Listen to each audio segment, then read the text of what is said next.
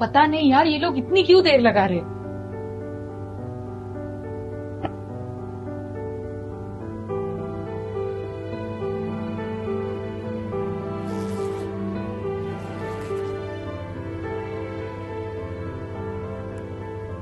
सुनो, हाँ। मैं ऑफिस के लिए निकल रहा हूँ, उन लोगों को समझ लेना। ठीक है, बट मुझे भी जल्दी निकलना था। वो मैंने आपको बताया था ना रीना, उसके सास की तबीयत ठीक नहीं है, जरा मिल के आती हूँ बेचारी। ओके। पिताजी, आपका सारा सामान मैंने निकाल के रख दिया है, वो लोग आते ही होंगे। और हाँ, उनके सामने आपको सब चीजों में सिर्फ हाँ बोलना है, याद रहेगा ना?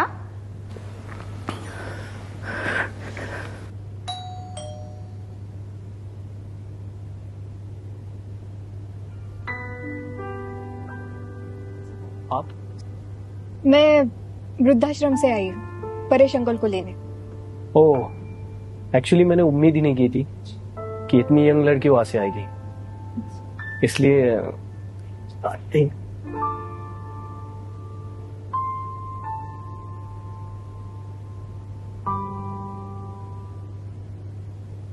नमस्ते अंकल।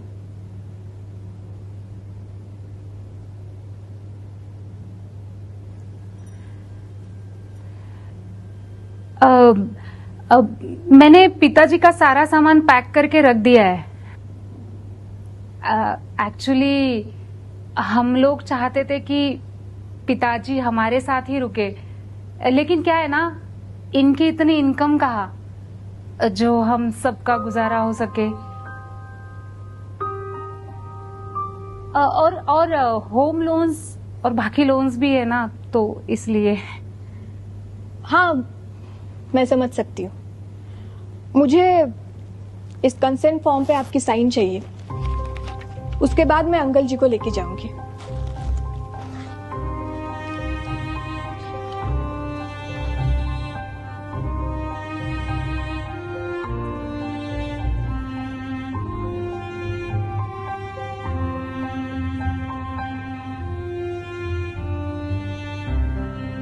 चलो मैं निकलता हूँ, वैसे भी मुझे मीटिंग के लिए देर हो रही है।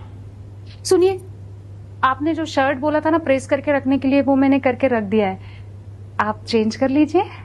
अरे पहले बोलना था ना। सर, शायद आपने मुझे पहचाना नहीं होगा। कहाँ रखा है शर्ट?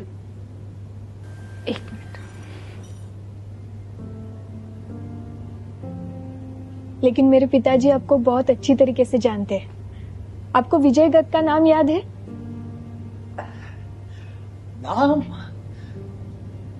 नाम सुना हुआ लग रहा है, लेकिन ठीक से याद नहीं आ रहा। सर, ये वही शख्स है जिनकी बेटी की पढ़ाई के लिए आपने बहुत मदद की थी, और वही बेटी आज आपके सामने बैठी है। शायद अब अपनी कानपुर की पोस्टिंग भूल गए हो, याद कीजिए। हाँ, अब याद आ रहा है। बहुत साल हो चुके हैं, और शायद तुम इसी तरह मेरे सामने आओगी, ये उम्मीद नहीं थी ना, इसलिए ठीक से सोचा नहीं था। लेकिन बेटी तुम तो ठीक से पढ़ाई कर रही थी, फिर ये वृद्धाश्रम में कैसे? सर, पढ़ाई के बाद मैंने कॉर्पोरेट जॉब किया 3 साल तक। फिर उसके बाद मुझे पता चला कि शायद मेरे पिताजी को मेरी जरूरत है, और उनके जैसे कई शख्स हैं जिनको किसी की जरूरत है। फिर मैंने और मेरे पिताजी ने 3 साल पहले कुछ लोगों की मदद से वृद्धाश्रम खोला। हमारे यहाँ पे अभी 12 लोग रहते हैं, और आप हमारे अगले मेहमान।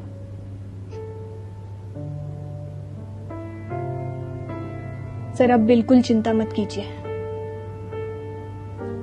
अभी आपको कोई तकलीफ नहीं होगी। आप बस ये सोचिए कि अभी आप अपने बेटी के घर रहने जा रहे हो। बड़ा बड़ा नेक काम कर रहे हैं तुम लोग। क्या यार, आपने प्रॉमिस किया था आज डिनर पे चलेंगे, अब बोल रही हो कि लेट हो जाएगा। हाँ देखेंगे ना। अरे आप लोग अभी गए नहीं? ठीक है, मुझे देर हो रही है, आप लोग जा सकते हो। वहां जाकर इत्मीनान से बात कीजिए। हाँ, विजय बहुत बिजी रहते हैं। वो क्या है ना, वो बहुत बड़ी कंपनी में मार्केटिंग डिपार्टमेंट में काम करते हैं, और सब सही रहा तो इस साल उनका प्रमोशन भी हो जाएगा। सॉरी, आपको कॉर्पोरेट लाइफ का कुछ पता नहीं होगा ना, लेकिन वहां पे सारी चीजें टाइम पे करनी पड़ती है ना विजय? माफ कीजिए, वो क्या है ना, मुझे परेश सर से मिलने की बहुत दिनों से इच्छा थी, लेकिन इस तरह से मिल पाऊंगी ये नहीं सोचा था। जब वृद्धाश्रम के लिए उनका नाम सुना तो मुझसे रहा नहीं गया, इसीलिए मैं खुद उनको लेने चली आई। पिताजी भी आने वाले थे, लेकिन उनको थोड़ा काम था, इसीलिए नहीं आए। और वैसे भी अभी अंकल तो हमारे साथ ही रहने वाले हैं। क्या आप पिताजी को पहले से जानती थी? मैं नहीं, लेकिन मेरे पिताजी बहुत अच्छी तरीके से जानते थे। एक वक्त था जब मेरे पिताजी बहुत बुरे दौर से गुजर रहे थे, तब अंकल ने हमारी बहुत मदद की थी, और मेरी पढ़ाई के लिए भी बहुत सपोर्ट किया था। अच्छा है ना, तुम्हें भी इनका एहसान चुकाने का मौका मिल रहा है। और वैसे भी तुम्हें देखकर नहीं लग रहा है कि तुम कोई बड़ा काम कर सकती हो। बेटा ये क्या कह रहे हो? अंकल ठीक है, कोई बात नहीं, वैसे सही कह रहे हैं सर। चलिए अभी हमें चलना चाहिए।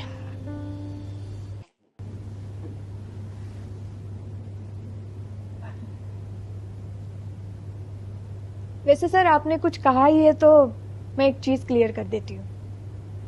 मैंने MBA इन मार्केटिंग किया है।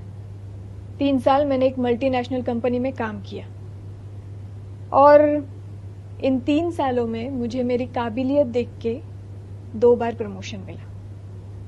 और अगर मैं अपना जॉब कंटिन्यू करती ना, तो शायद मैं आज आपकी बॉस होती, लेकिन मुझे जिंदगी में कुछ बेहतरीन करना था, और इसीलिए भगवान ने मुझे मौका दिया बूढ़े बेसहारा लोगों की मदद करने का।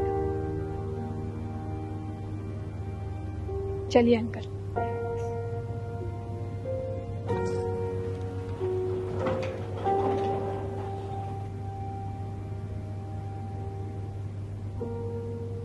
वैसे विजय सर, जाने से पहले एक बात क्लियर करनी थी।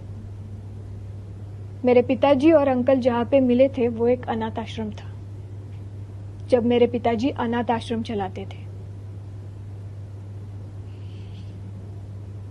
और अंकल वहां पे एक लड़का गोद लेने आए थे। और आपको पता है, आगे जाके उन्होंने उसका नाम विजय रखा।